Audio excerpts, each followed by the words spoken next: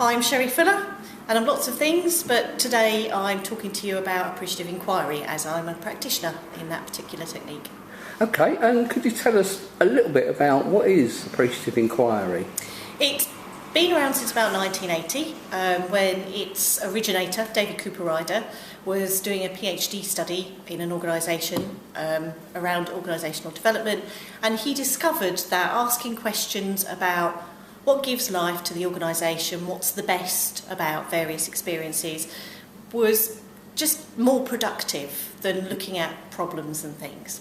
So he developed this whole way of working, which is all about looking at what's been good in the past, what's worked well, what strengths and assets we have. So it works really well whenever you want to begin something, change something or grow something in any kind of complex system where you've got lots of people.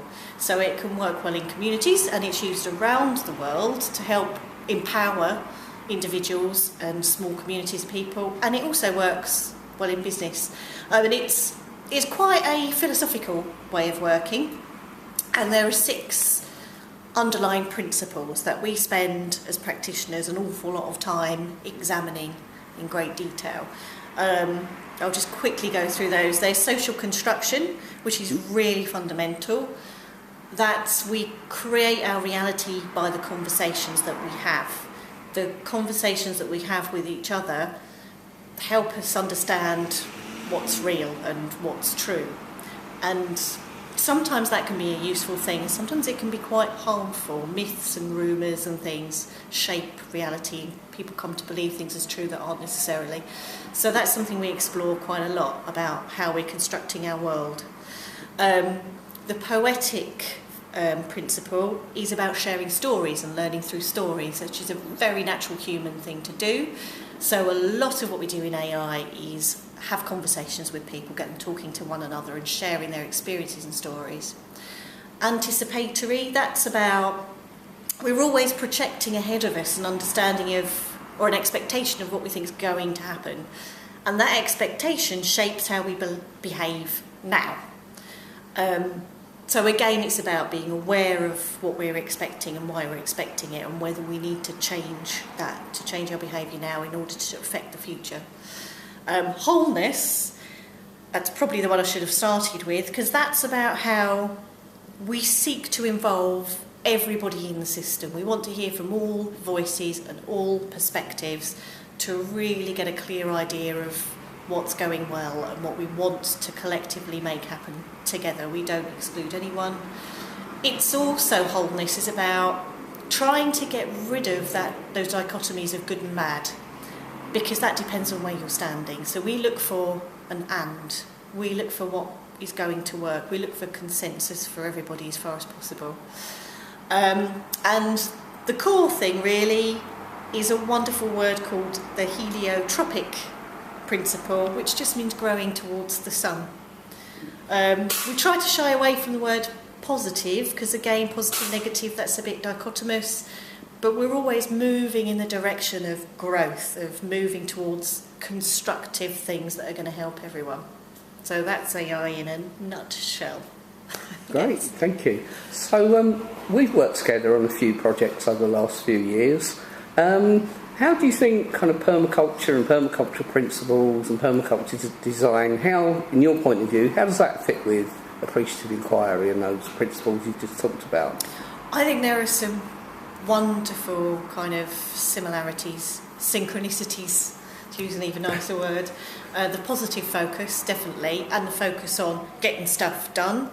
Let's not worry about hurdles or barriers or things that might stop us. Let's think about what we want to do and how we're going to get there, and let's plan for that. And the inclusivity as well. The fair share, earth care, people care, is that right? But that idea of we're wanting to include everyone, and going further with permaculture to think about the wider ecology, not just the people in the system, but the surrounding system as well, and how we benefit from one another. So there's a lot of synchronicities there, and I also think there are some great practical tools and techniques within the permaculture design where we're looking to help people find the motivation for and the inspiration to make a difference in their neighbourhoods, get going with actual projects, where you're going to have an actual tangible outcome at the end. Permaculture, AI helps with all the chaos and getting some order out of the chaos. Permaculture, I think, gives you even more concrete tools to plot your project and get some kind of measurable, tangible outcome. So on that note, we've been running, and we have a couple of courses coming up, focused around Southend at the moment. The Create a Positive Revolution in Southend course. Could you tell us a little bit about what that course is all about? Yeah, I think the inspiration for that was trying to get people to understand that we can all contribute something. All of us are a unique mix of skills and experience and knowledge, and no matter how big and scary the problems in the world can seem, you can just do something small on your doorstep, and from small things, big things can grow. So we know there are a lot of people that really want to do something and maybe aren't quite sure where to start, or how to get going, or really how to put something together. So we thought that we could use the techniques that we both specialise in and help people to think about what would they do for their community, what would they do for their neighbourhood, and we can help them really get started with that and get inspired and motivated and connect them up with other like-minded people so they can work together on things, which we have found has happened in some cases. Yeah, you mentioned that. So what are some of the positive outcomes or projects that have come out of some of the past workshops you've been involved with? There have been some really good successes, actually. I mean, it's really down to the individual as to what they go on to do.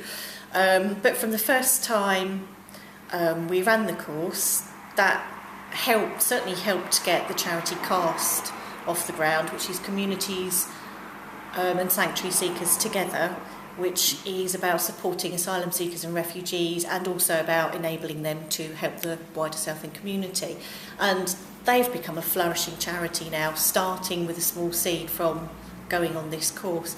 There have been others. More recently, I know we had a wonderful woman who I believe was an architect by profession, Veronica, who had some just amazing plans for developing some wild land locally to be a kind of a sustainability hub, and all sorts of great things she had going on there, working with wildlife and things. But unfortunately, because of the scale of that, it hasn't quite panned out, but I think she's still involved in various things.